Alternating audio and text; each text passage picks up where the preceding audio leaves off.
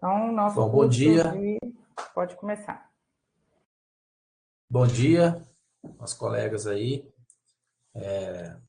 Esse trabalho que, né, que a Mariana tem feito, a gente tem participado, é importante para a gente estar socializando com vocês também algumas formas de manejo de pragas, né? E na parte da citricultura, a gente tem, né, um rol de pragas aí que tem se intensificado o ataque, a gente vai mostrar aqui na apresentação. E é importante a gente estar alertando os citricultores aí para fazer esse manejo, né? Esse manejo integrado aí. A gente sabe que o pessoal às vezes usa de forma indiscriminada muitos produtos, né? Muitos pesticidas. E a gente o nosso foco é trazer um pouco de algumas alternativas também de manejo para a cultura, né? Conversando com a Mariana, a gente fez o levantamento de algumas principais pragas que a gente entende que são as que têm ocorrido com mais frequência na citricultura, principalmente, né, para laranja. E aí, qualquer dúvida também, podem perguntar, né? Coloque no chat. E a Mariana vai repassando para mim também. A gente vai fazendo esse bate-papo aí, tá bom? Eu sou José Salazar Zanuncio Júnior, né? Sou pesquisador na área de entomologia, atualmente gerente de pesquisa e como pesquisador aqui lotado no CPDI Serrano. Então, a gente gostaria de fazer uma abordagem inicial falando um pouquinho do manejo integrado. Né? O que é esse manejo integrado? Por que é importante a gente adotar o manejo integrado? Quais são as bases dele para a gente estar fazendo um controle das pragas de forma sustentável, né? Então, assim, a filosofia do manejo integrado é a gente buscar sempre formas de manejo que visem preservar e incrementar os fatores de mortalidade natural, né? Sejam eles a permanência de inimigos naturais, né? Algumas condições de plantio, variedades e todos os manejos possíveis que a gente possa estar reduzindo a chance da população da praga aumentar e causar o dano econômico na cultura, né? E como o próprio nome diz, né, de forma integrada. Então, a gente usando métodos de controle selecionados, mas de forma integrada, né, baseado em vários parâmetros aí, econômicos, ecológicos e sociológicos, tá bom? Então, para a gente adotar o MIP, a gente tem dois componentes principais, que é a avaliação do agroecossistema, tá? E o que consiste nessa avaliação desse agroecossistema? Identificar a população da praga, então a gente faz isso por meio do monitoramento da praga, inspeção na lavoura, e aí a gente vai falar para cada praga, a gente tem lá uma forma de fazer a avaliação dessa população da praga. Um outro fator importante que muitas vezes é desconsiderado pelos produtores, né, pelos técnicos, é a presença dos inimigos naturais. Muitas vezes a população da praga ali está aumentando, mas associado a ela tem algum inimigo natural. E por falta, às vezes, de conhecimento, de identificar esses inimigos naturais, não são levados em consideração, né? E aí acaba se tomando a decisão antecipada ou até precipitada de fazer alguma intervenção sem a necessidade, sendo que esses inimigos naturais que estariam presentes ali já fariam o controle dessa população, impedindo que ela chegasse no nível de dano econômico, né? Outro fator importante é o estágio fenológico da planta, porque tem algumas condições, alguns estágios são mais susceptíveis a determinadas pragas e outros a outras.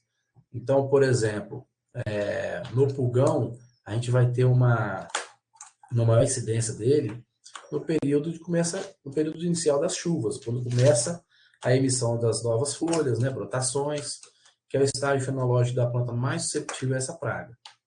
Já o ácaro, né, da leprose, já a fase mais susceptível é a fase do início da frutificação. Então é importante a gente também conhecer a bioecologia da praga para poder fazer a identificação correta, né, a avaliação da população dessa praga e fazer a intervenção do estágio fenológico adequado. Outra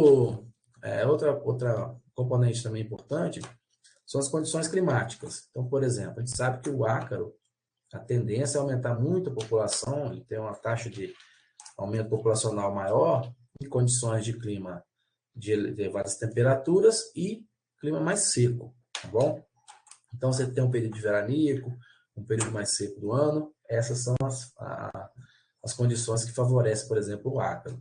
Outras pragas têm outras condições que favorecem, mas é importante a gente estar conhecendo um pouco, né, do que favorece, quais condições que favorecem determinadas pragas, para a gente fazer também tomar a decisão nossa. Então, baseado nesses componentes aí que a gente falou, a gente vai tomar a decisão de qual método de controle ou quais métodos de controle a gente vai adotar. Tá ok?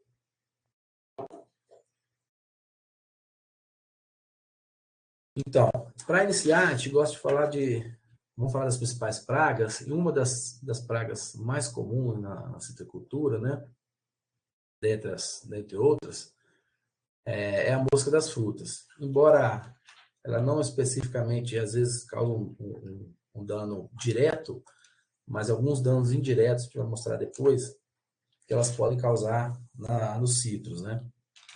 Principalmente laranja Bahia, que é muito suscetível, a tangerina decopon, e algumas outras espécies também que são mais suscetíveis ao ataque da mosca das frutas.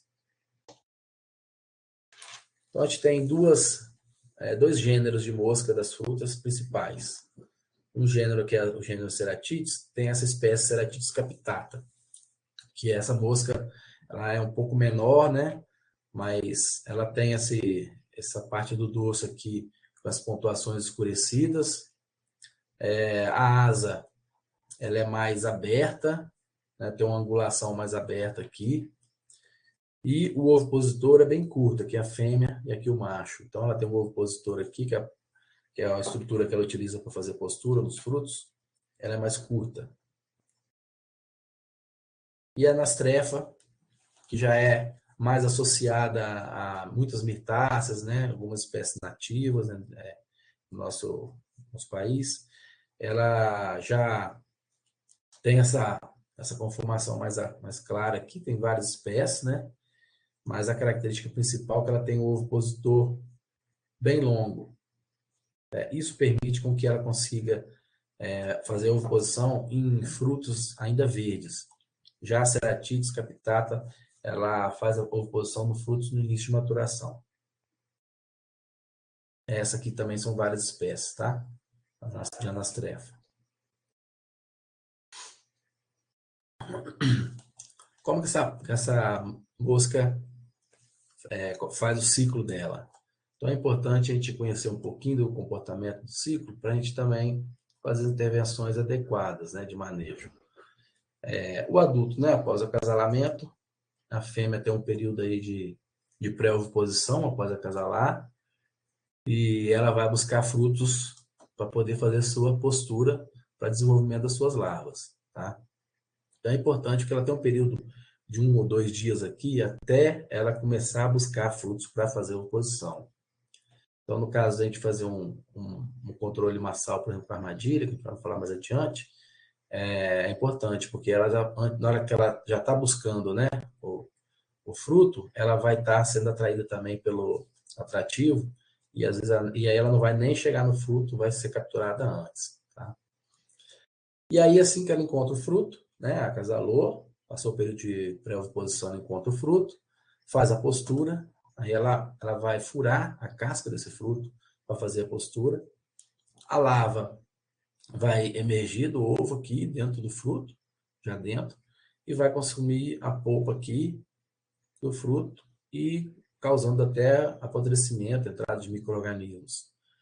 Muitas vezes esse fruto ele acaba caindo, né, no solo, a larva sai do fruto, quando ela completa o desenvolvimento larval, e vai passar por uma fase intermediária, que é a fase de pupa, que ela vai fazer essa fase intermediária no solo. Então ela penetra aí uma camada até 5 centímetros no solo e fica em estágio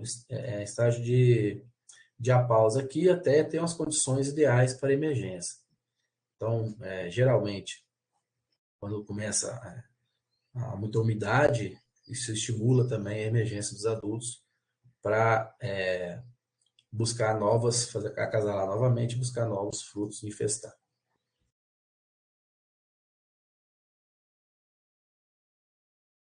Estou mostrando aqui as fases do desenvolvimento, que o ovo, né, é muito difícil observar o ovo na polpa do fruto, porque é muito pequeno, mas tem essa conformação aqui afilada e alongada. A larva já é mais comum, mais fácil de identificar, né? O conhecido é o bicho das frutas aí, o bicho da goiaba, o bicho da manga, outros frutíferos. Aqui a fase de pupa, que normalmente está no solo, e o adulto.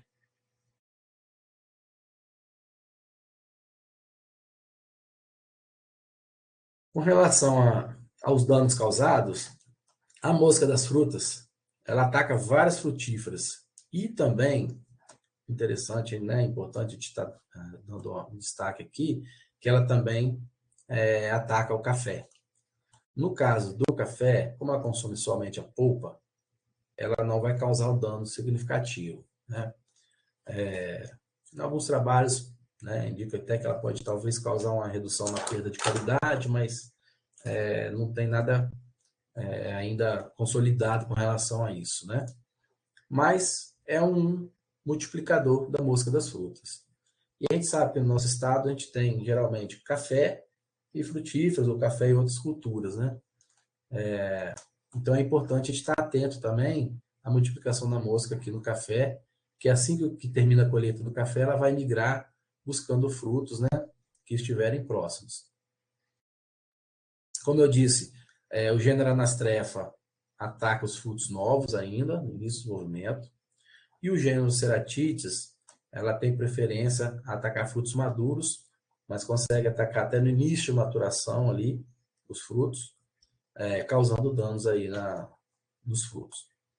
Além do dano direto de consumir a polpa, quando ela começa a consumir a polpa aqui também, ela também vai causando a podridão, porque alguns micro-organismos associados aqui começam a decompor também essa parte do fruto atacado, né?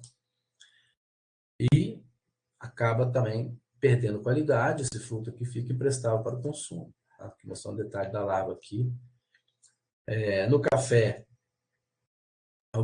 alguma coisa de perda de qualidade, alguma coisa de queda de fruto, mas nada muito significativo, né, que seja preocupante.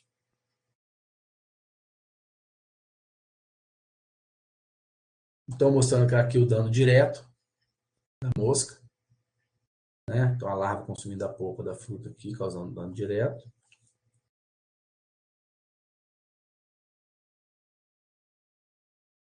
Aqui também, mostrando os hospedeiros, a mosca das frutas, né? Então, os hospedeiros são todas as frutíferas, de um modo geral, quase todas as frutíferas são hospedeiros da mosca das frutas, né?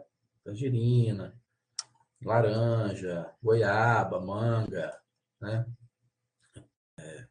Frutas de casca fina, soft fruits, todas são suscetíveis. E aí, pitanga, algumas nativas também são hospedeiras. Então, a gente tem aí a questão de muitos hospedeiros.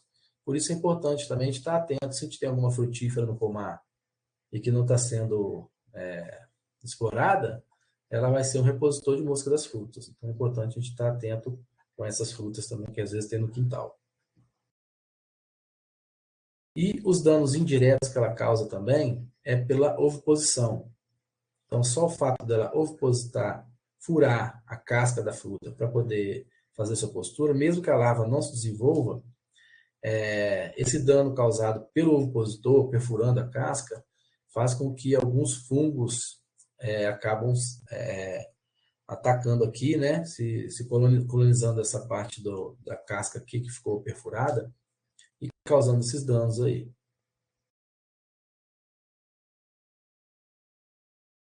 Bom, como fazer um levantamento da população, a gente precisa fazer um monitoramento da sua presença, né? Então, ela tem que ser monitorada para ver se ela está presente, acompanhar a população na área, para definir o momento adequado de fazer as medidas de intervenção, né? Adotar os métodos de controle. Isso é feito com as armadilhas com atrativo, tá? Então, a gente tem as armadilhas comerciais, são os McFill, e a armadilha confeccionada com garrafas PET, né? A gente pode utilizar garrafas de 2 litros, de 600 ml, de 500 ml, né? Todas as garrafas aí funcionam bem. Então, qual é o princípio dessas armadilhas? A gente utiliza o atrativo alimentar pode ser o suco de frutas, mas no mercado já tem um atrativo alimentar comercial. Os trabalhos que a gente fez com relação ao atrativo alimentar, a gente identificou que o atrativo comercial ele é mais seletivo, principalmente para vespas e abelhas, né? Então a tendência é você capturar maior número de moscas, ser mais eficiente e não vai estar capturando outros insetos, né? Ou captura outros insetos com uma menor proporção. Isso é importante porque você vai ter realmente uma dimensão da população da mosca, senão você vai ter lá várias moscas, né, no atrativo de outras espécies e aí às vezes isso aí pode mascarar o correto levantamento da população da mosca e das frutas. Existe um outro atrativo que é a base de feromônio, né? Esse aqui é menos utilizado, mas ele é específico também para mosca, para ceratites, né? Então, para Anastrefa ele já não vai atender, né? Que é a base do tremedilure, e um outro aqui que é específico para mosca das carambolas, né? Isso mais para nível de inspeção fitossanitária nos órgãos fiscais, porque essa aqui a gente não tem no nosso estado, né? Então, é uma praga quarentenária. Então, a gente tem que instalar essas armadilhas em que momento? Qual o período de avaliação? O ideal é colocar lá, né, logo após o florescimento, para você já identificar as primeiras populações, tá? Então, a gente vai instalar as armadilhas numa altura de 1,5 m, mais ou menos, na planta, e na parte da planta onde incide o sol da manhã, certo? E vai avaliando isso aí semanalmente, né, fazendo avaliação e identificação da presença das moscas na armadilha. E aí a gente adota o seguinte nível populacional para considerar que ela está na hora de fazer as intervenções, né? Que é de uma mosca por armadilha por dia. Se o seu período de avaliação é de 7 dias, você foi lá e avaliou e a mosca tem 7 moscas lá na armadilha, divide por 7, né? A cada 7 dias você vai ter lá uma mosca e já está na hora de fazer o controle. Caso contrário, não há necessidade de fazer intervenção. Algumas práticas também são importantes, né? A gente às vezes só pensa na questão de fazer o controle quando a mosca já está presente, mas algumas práticas reduzem a incidência da mosca, né? O controle cultural é fundamental, né? Claro que são métodos que têm que ser de forma integrada, a gente vai usar só um único método, como a gente colocou lá no manejo integrado, e elas são usadas de forma complementar, né? Que pode reduzir significativamente a população da praga no pomar. Então, a gente tem como controle cultural a poda. Então, a recomendação de poda para citros, né? Ela é geral, não somente para a questão do controle de pragas, mas também para a condução da lavoura, né? E também algumas doenças. E facilita também as pulverizações. Você vai ter uma menor quantidade de caldo necessária para fazer uma boa cobertura nessa planta, se ela está com uma conformação adequada e bem podada, né? Senão ela tem muita folha, faz um microclima ali muito favorável para a ocorrência de pragas e doenças, e você reduz a eficiência também das pulverizações.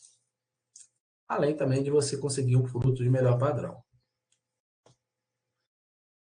O ensacamento de frutos, né? Então, para citros, né? Não é uma prática muito adotada, né? Devido até à questão do valor comercial do fruto, né?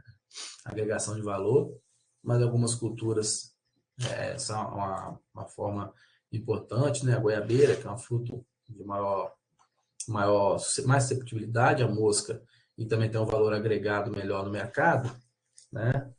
Alguns produtores adotam o ensacamento dos frutos, né? Isso, o princípio é criar uma barreira de infestação antes do início da maturação do fruto. Tem que ser colocado lá no fruto ainda no início do desenvolvimento. E o ensacamento dos frutos caídos. Lembram que eu falei que uma fase da mosca, ela sai do fruto, vai para o solo e empupa no solo. Se a gente coletar esses frutos, né? Catar esses frutos e colocar aqui, né? Fazer o ensacamento desses frutos aqui, pode até deixar aqui no ambiente, ele vai sair, vai ficar preso aqui nesse saco e vai acabar morrendo as larvas aqui e não consegue completar o ciclo de desenvolvimento. Então é importante também. A retirada dos frutos temporões das plantas, a retirada de plantas frutíferas que não estão sendo exploradas próximo do pomar, também é importante, para você quebrar o ciclo da praga. A armadilha, além de monitoramento, ela serve também para captura massal, né? Então a gente recomenda a atrativa base de proteína hidrolisada, que é mais seletivo e mais eficiente. Uma atenção tem que ter para o período de troca do atrativo, né, e a avaliação. Então o atrativo ele tem que ser trocado aí no trabalho que a gente fez a cada pelo menos 10 dias de intervalo, ou fazer a limpeza do atrativo. Às vezes não precisa trocar o atrativo todo, porque como tem um custo, você não vai jogar fora aquele atrativo, mas você passa na peneira, né, limpa esse atrativo e retorna para a armadilha, completando ali o volume na armadilha. Aí as armadilhas também sendo instaladas, né, como no monitoramento, né, altura de 1,5 m, na parte da planta voltada para o sol, adotando esse nível populacional de uma mosca por armadilha por dia. Aí a gente vai estar colocando uma maior quantidade de armadilhas para captura massal. Tá bom? Para fazer monitoramento, a gente vai usar em torno aí de 10 armadilhas por hectare. Para fazer a captura massal, essa quantidade de armadilhas por hectare vai variar de 100 a 120. Bom, de acordo com o nível de infestação aí. Então, assim, a captura massal pressupõe uma quantidade de armadilhas muito maior, né, do que aquela quantidade para você fazer o monitoramento apenas. A gente recomenda a garrafa PET, porque tem um baixo custo, né, e tem uma eficiência boa, assim como a McPhail. Então não precisa ficar comprando armadilha, só fazendo com a garrafa PET. Essa garrafa PET ela é uma garrafa que você vai fazer 4 furos, mais ou menos a 10 centímetros do fundo da garrafa, né? E você vai estar... esse furo tem que ser mais ou menos de meio centímetro. E evitar fazer furo e deixar quinas, né, nesse furo.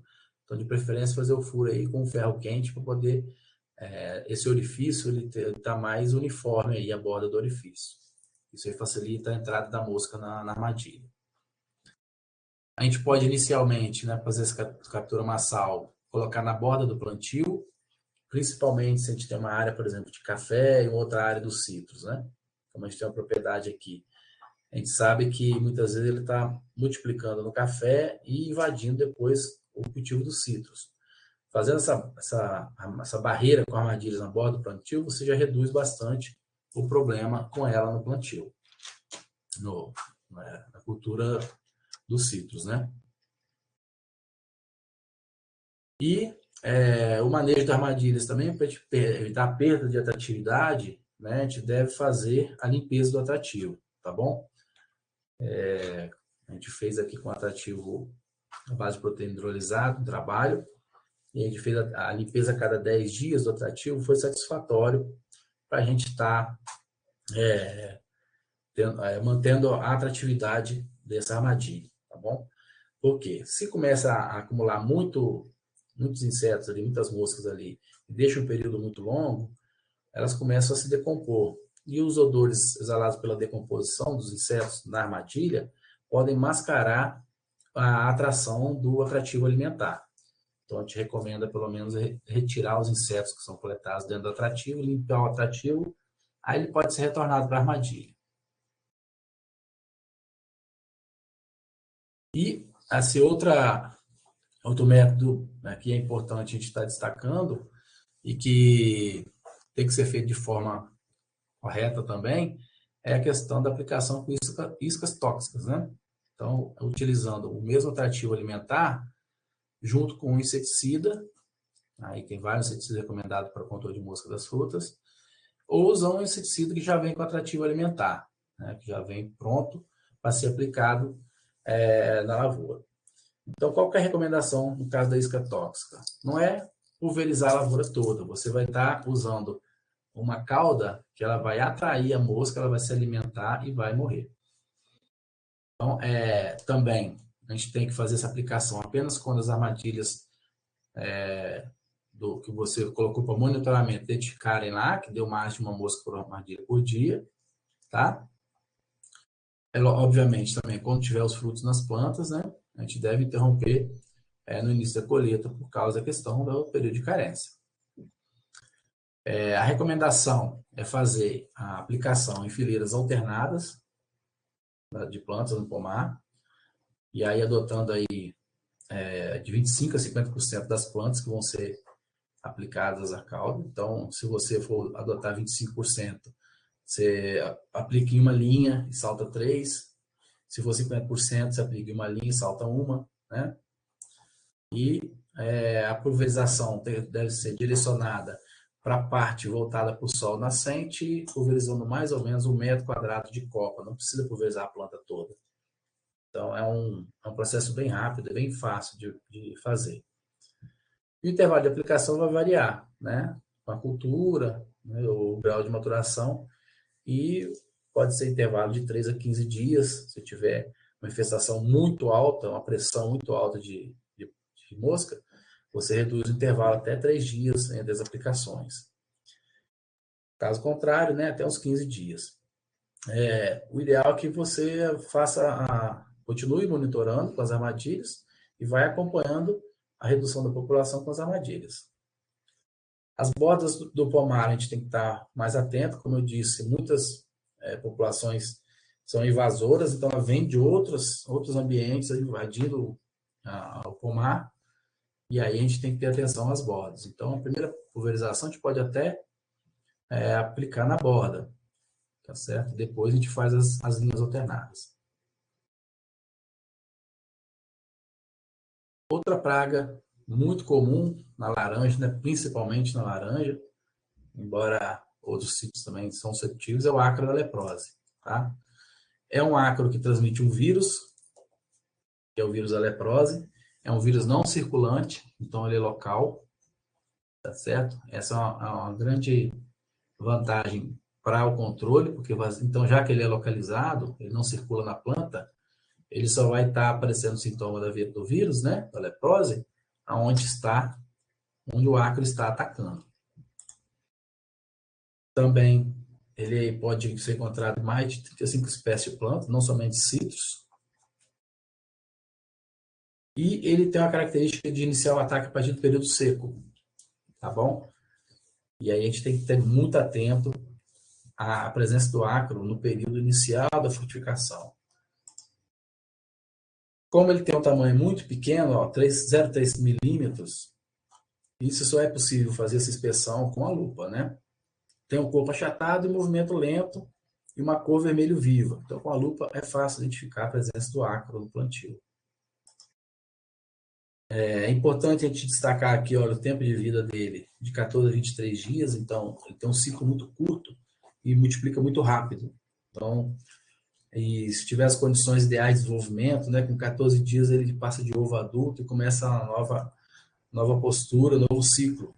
Então é importante a gente estar muito atento à presença dele e à população que está presente também. É importante fazer essa inspeção no pomar. A disseminação é dada por várias formas, né? Mudas infestadas, trânsito de materiais de colheita, ventos, que também ele, como um ácaro plano, tendência a ventos transportarem ele para outras áreas. Então é importante, se tiver uma lavoura, é importante até fazer alguns quebra-ventos, porque você impede, né, que as populações invasoras também adentrem no pomar. E aqui mostrando o ciclo de vida, né? Olha só como é muito rápido, né? Tem aqui o ovo, de 5 a 16 dias, então dependendo das condições, olha, pode reduzir para 5 dias o período de ovo, passa por um período de larva aqui em 2 fases, depois uma fase intermediária de protoninfa, deutoninfa, de 9 a 10 dias, tá certo? Até virar o adulto, com um ciclo em torno de 15 a 28 dias aqui. Uma fêmea coloca de 1 a 2 ovos por dia, né? Por dia, e tem um período aqui vive em torno de 18 a 21 dias, o adulto. Tá? Então, tem uma capacidade de crescimento muito rápido da população pelo período curto aqui de desenvolvimento. E aí, as condições mais favoráveis fazem com que ele aumente a população muito mais rapidamente, porque o ciclo se reduz pela metade aqui. Quais são os sintomas, né, da leprose? No fruto, a gente inicialmente começa com essas manchas rasas, que vão se escurecendo, à medida que o fruto amadurece, causando lesões, que são chamadas de leprose. Nas folhas, começa com as lesões nas bordas, nas duas faces da folha, então virando a folha também, você vai ter o mesmo sintoma aqui, com essa cor amarelada aqui, e depois vai ficando uma coloração marrom pálida. E nos ramos, as lesões, principalmente nas brotações, a gente começa com essas lesões achatadas de cor marrom escura aqui, ó, né? E causando a seca desses ramos também. Estou mostrando aqui, ó, sintomas mais avançados, né? Aqui da tangerina também, lesões dos ramos, tá? Uma planta aqui muito atacada pelo ácaro da leprose, então os ramos já estão bem comprometidos e acaba também causando muita queda de fruto, esse intenso ataque.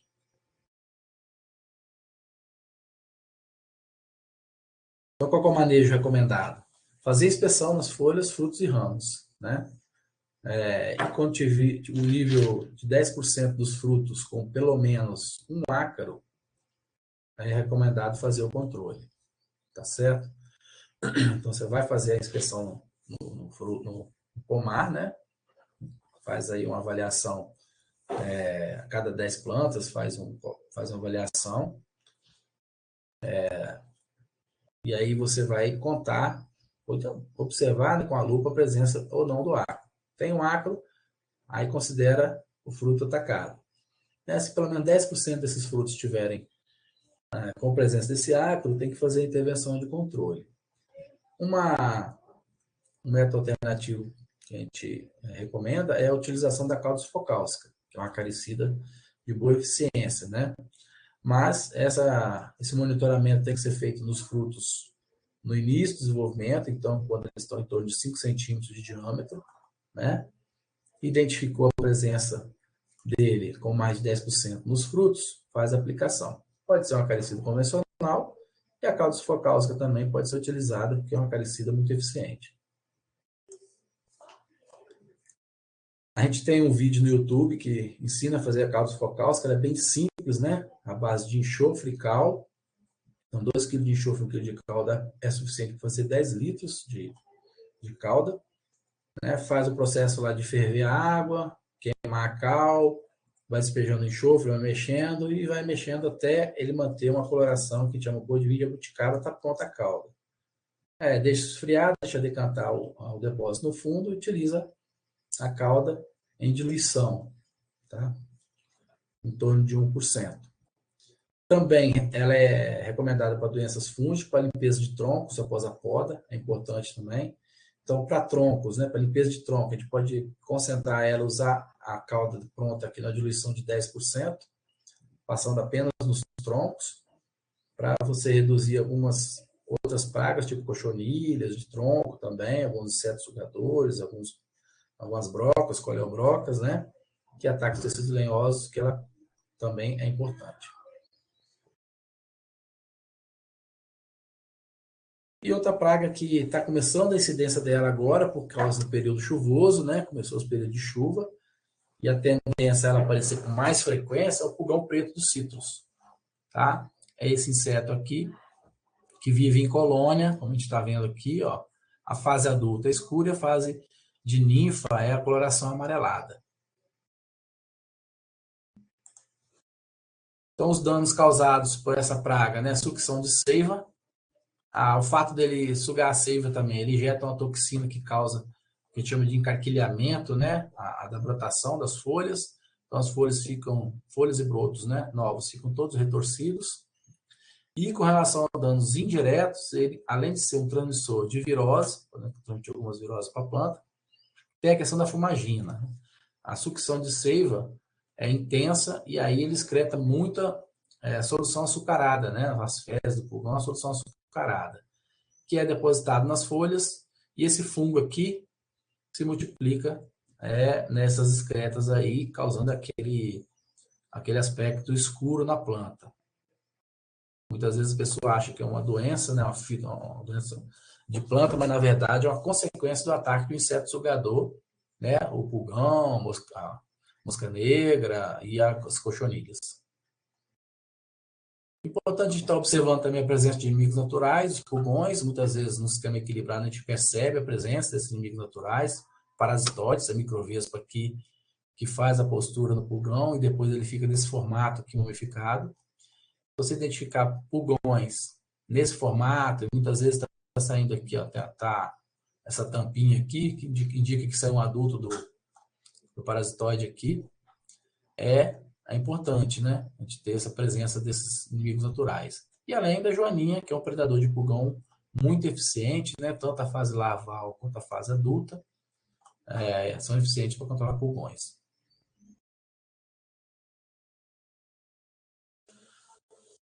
Com relação a outros insetos sugadores também, são as cochonilhas, são várias espécies de cochonilha e várias famílias. Então a gente vai abordar algumas principais aqui, rapidamente, para a gente estar conseguindo identificar, né? Temos a cochonilha parda, que é a 67 acófera, que a cochonilha também ocorre no cafeeiro. Coccus viridis, que é a cochonilha verde. São essas cochonilhas de carapaça que a gente tem aqui, ó. Tem um formato arredondado e geralmente está localizado aqui nos ramos e nas brotações, ó. Certo? A cochonilha farinhentas, aqui representada principalmente pela cochonilha branca dos citros, também ataca o café, né? Ela ataca as folhas e os ramos também, causando definhamento da planta, e a fumagina, assim como o pulgão também. A hortésia, que é uma cochonilha dos citros bem importante, a gente identifica a presença dela, né? Identifica como sendo hortésia, porque ela tem o hábito de estar atacando as nervuras da folha, a nervura central da folha aqui, e também nos ramos, tá? Sugando a seiva, tanto dos ramos quanto das folhas. Essa aqui é uma cochonilha também, que muitas vezes é confundida com a mosca negra, que é a cabeça de prego. Ataca folhas e também ataca os frutos, né? Então pode ser confundido com a mosca negra pela questão, sem observar com a lupa aqui, às vezes pode confundir, né? O olho nu. A diferença é que a postura da cochonilha ela é dispersa, né? Dispersa aqui. E a da mosca negra, que a gente vai ver mais adiante, ela é em formato de espiral.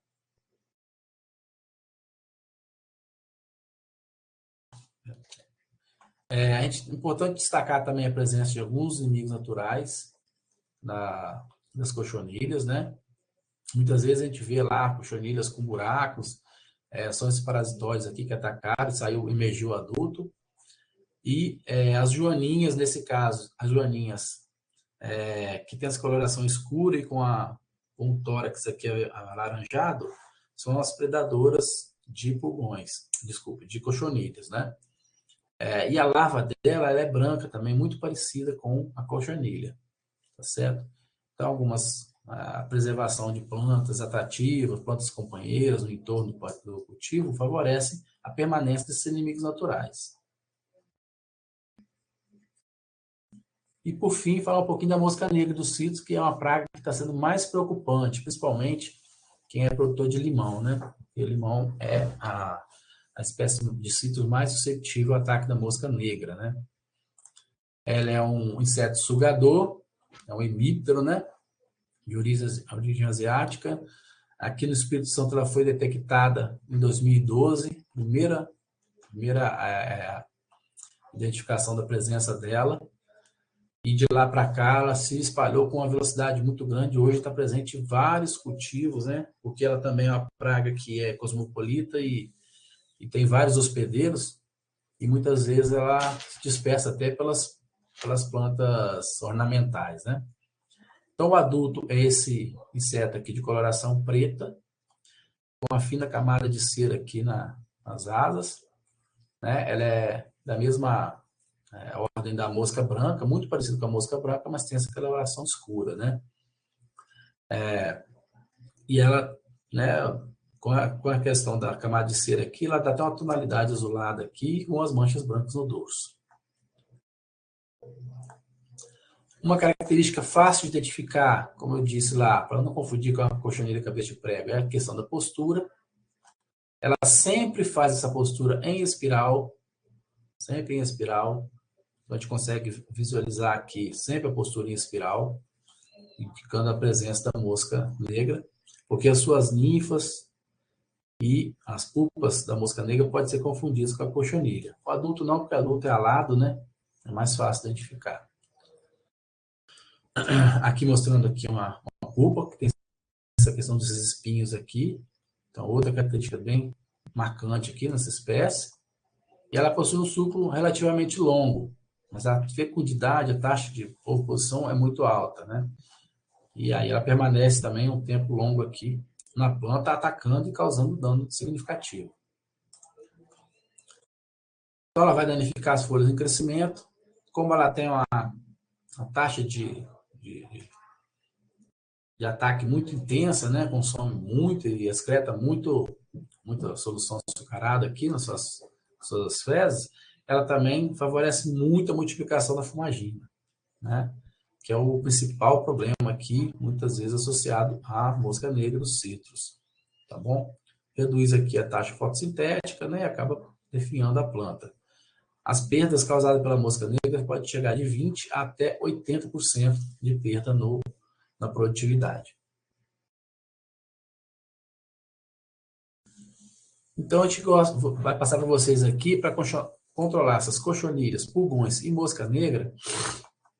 A gente tem recomendado um método de uma cauda alternativa, né? Que pode ser feito à base de óleo vegetal, mais detergente neutro, mais a pimenta vermelha, ou o próprio óleo de ninho, mais detergente neutro. O óleo de ninho você encontra no mercado. E o óleo vegetal é óleo de soja mesmo, e pode ser utilizado para fazer o controle dessas pragas, né?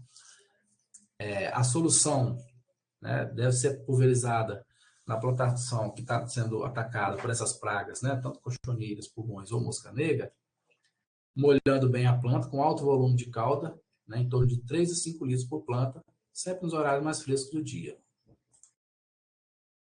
Então, a gente pode ir lançando a mão, né, do efeito da pimenta, que tem ação inseticida, e do ninho, tá certo? Então, os ingredientes que a gente vai fazer. Como que a gente prepara essa calda? No caso, usando a pimenta, a gente coloca a pimenta em infusão no óleo e deixa ali por uns 15 dias na faixa de 30 gramas de pimenta para 100 ml de óleo, né? 30%.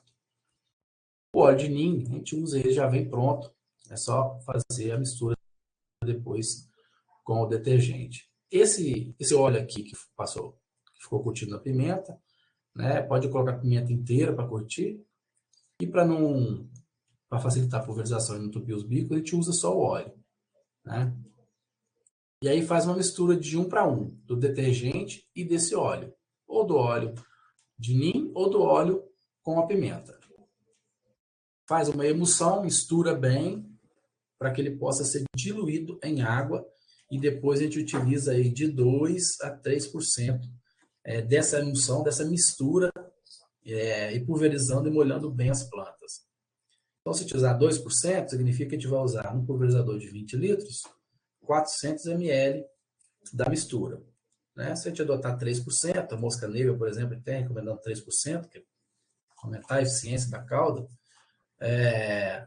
você vai usar 600 ml por um pulverizador de 20 litros da mistura, dessa emulsão, que é o óleo, uma parte de óleo, outra parte do detergente. Então, a gente vai usar no pulverizador 200 ml de óleo, 200 ml do detergente, dá 400 ml no total da mistura. Para o pulverizador, você tem uma concentração de 2%. E também a gente tem aí as publicações, né? Além do vídeo lá ensinando a fazer a calda focáustica na página do YouTube do Incapé, temos publicações disponíveis aqui na nossa biblioteca, da mosca negra dos sítios, com as recomendações, e o ácaro da leprose dos sítios também, recomendando aí com as recomendações de manejo dessas pragas.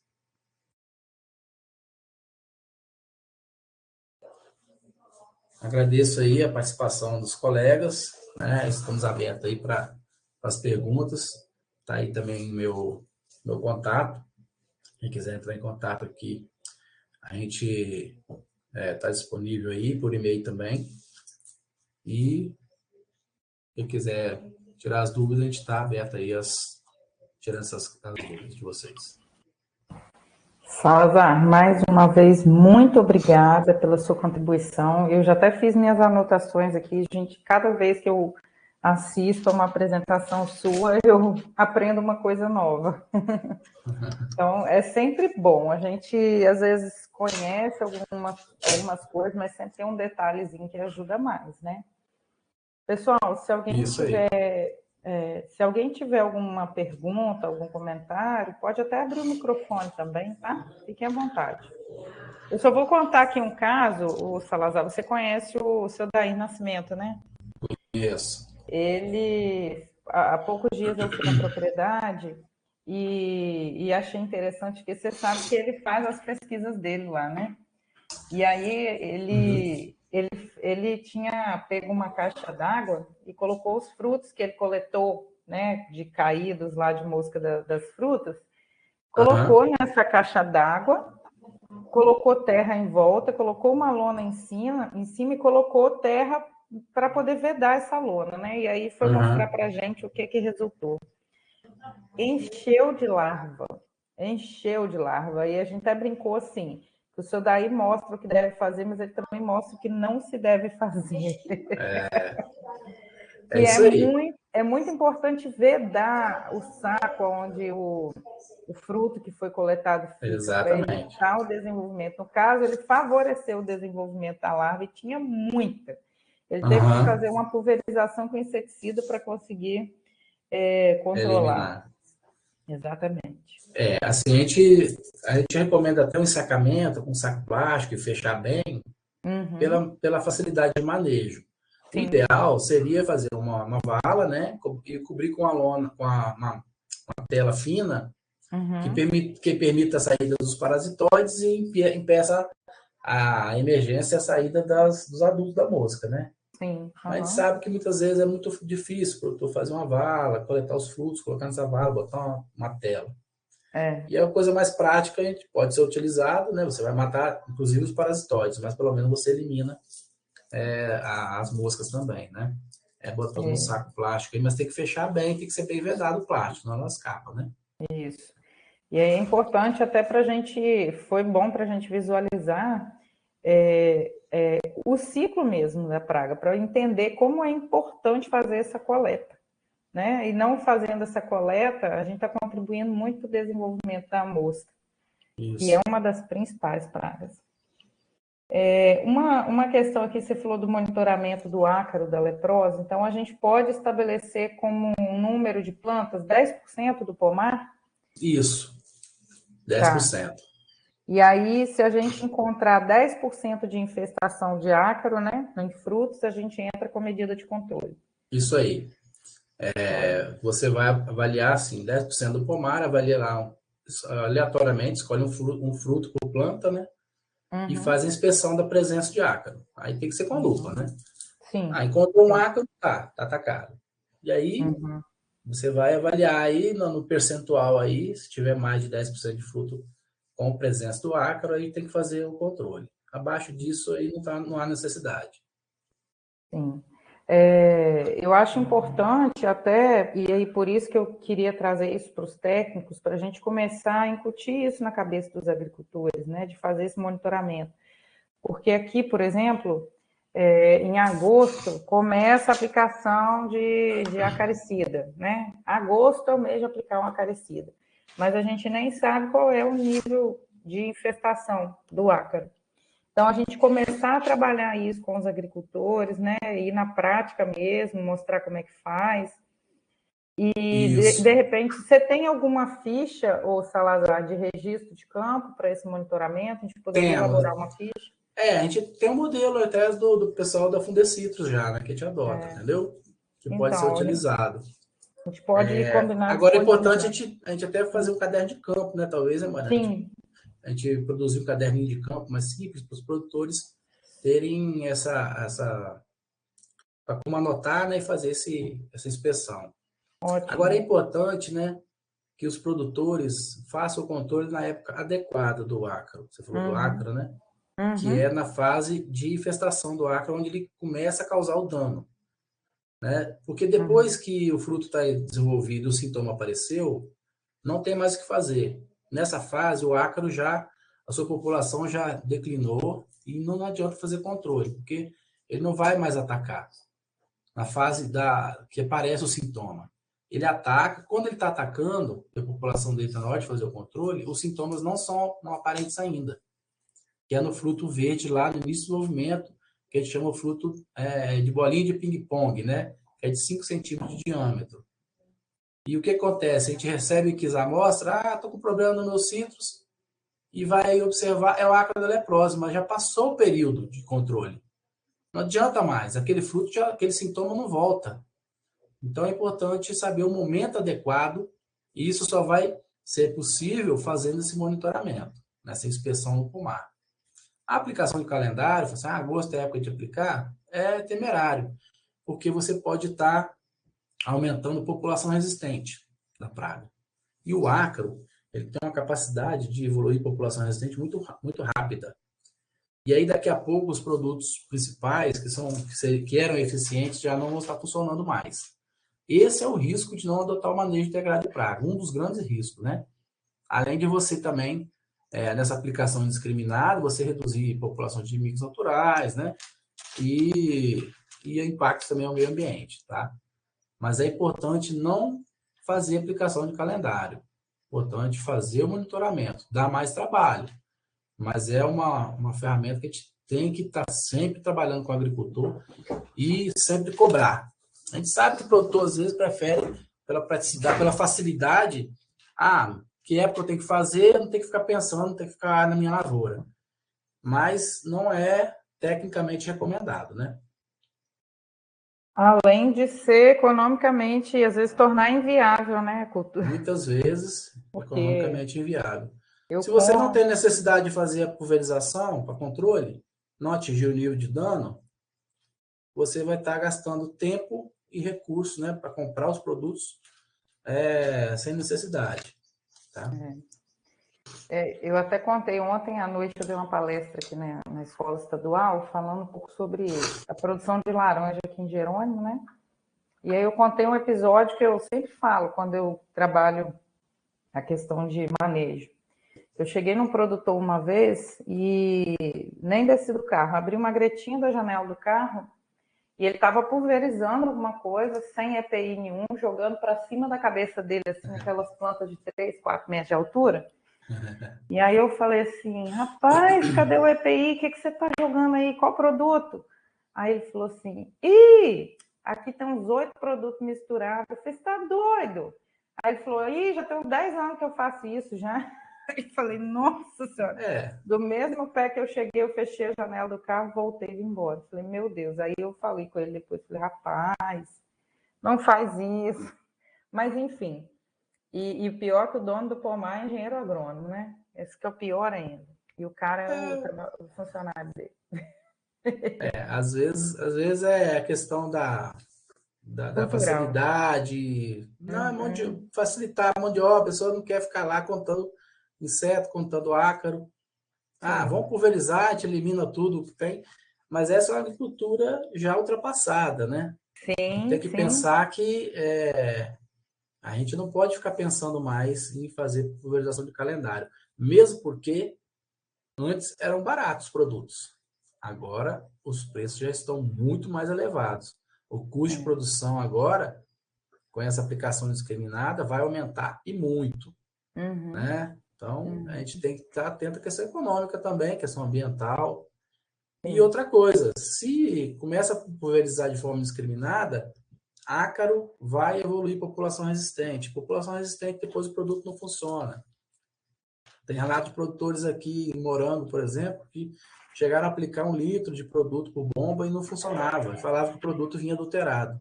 Na verdade, Nossa. a população já estava resistente. Não Uhum. estava funcionando e não vai funcionar mais mesmo. E aí você, né, quando você tem uma ferramenta, né, que é um acaricida, que faz o controle, mas você usa de forma errada, você queima essa ferramenta. Né? Se você Sim. não usar os métodos integrados, você não vai conseguir segurar a população de praga somente na pulverização.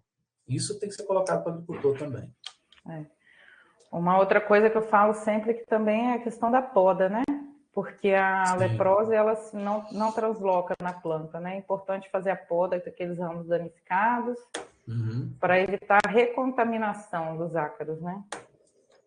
E você aumenta a eficiência da pulverização, né? Sim. Também, Uhum. com a poda. Isso é importante. Além de outras pragas, outras doenças também, Sim, né? Que se você não fizer a poda, elas vão aparecer. certo. Pessoal, alguém tem algum comentário? Tem alguma informação?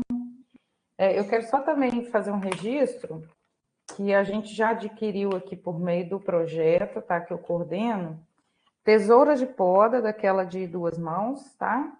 E lupas, para a gente entregar para os escritórios. Então, todos os escritórios vão receber essas ferramentas aí para poder trabalhar com os agricultores, tá? Isso Em é importante, breve, Mariana. Isso é isso. muito importante, porque às vezes a pessoa não tem as ferramentas, né? Não tem uma Isso, lupa para fazer a inspeção do acre, não tem uma poda, um podão para poder fazer a poda das sim, plantas. Isso aí é fundamental. sim. Esse apoio dos projetos é para isso mesmo, né? Para a gente poder Isso, intensificar o que a gente tem recomendado, né? E ter as isso, ferramentas adequadas. isso aí. Então, a ideia agora, já estou com tudo comprado aqui no escritório, né? A ideia era a gente reunir num curso e eu já entregar, mas se não for possível, a gente vai entrar num carro, vai passar entregando nos escritórios. A gente já fez algumas capacitações de poda, mas a gente vai reforçar a poda agora, tendo as ferramentas. A gente espera também fazer esse monitoramento de campo, e aí o pessoal já com lupa também, para poder voltar para os escritórios e terem essa possibilidade aí de repassar isso para os agricultores, tá? E à Isso. medida que a gente for vendo também a necessidade de alguns outros equipamentos, a gente também consegue comprar aqui, certo? Pessoal, então eu gostaria de agradecer a presença de todos vocês, tá? Salazar, mais uma vez, obrigada pela sua disponibilidade, sempre contribuindo conosco. O curso está sendo gravado, então depois a gente vai conseguir disponibilizar para os demais participantes e para vocês também, e depois tiverem alguma dúvida, vão poder recorrer também à gravação para poder, né, reforçar o que foi passado aqui brilhantemente pelo Salazar. Muito obrigada a todos. Salazar, um abraço. Muito obrigada, viu? Valeu, eu agradeço a presença aí dos colegas. A gente sabe que está na semana um pouco conturbada, né? Então Sim, não teve uma participação de muitos colegas, mas acho que o importante é ter a gravação e depois de fazer a difusão para os demais que não puderam participar sim, e ter a gravação da palestra para poder ter essas informações. Então, eu te agradeço também o convite, Mariana. Estamos juntos aí nos projetos, né? E sim, espero que a gente estão. consiga avançar com a questão do manejo integrado, que é fundamental aí, principalmente para a citricultura, né? Uma cultura importante no nosso estado. A gente precisa avançar com essa questão do manejo das pragas de forma mais sustentável. Exatamente. Boa quinta-feira a todos. Um abraço, pessoal. Valeu, até a próxima.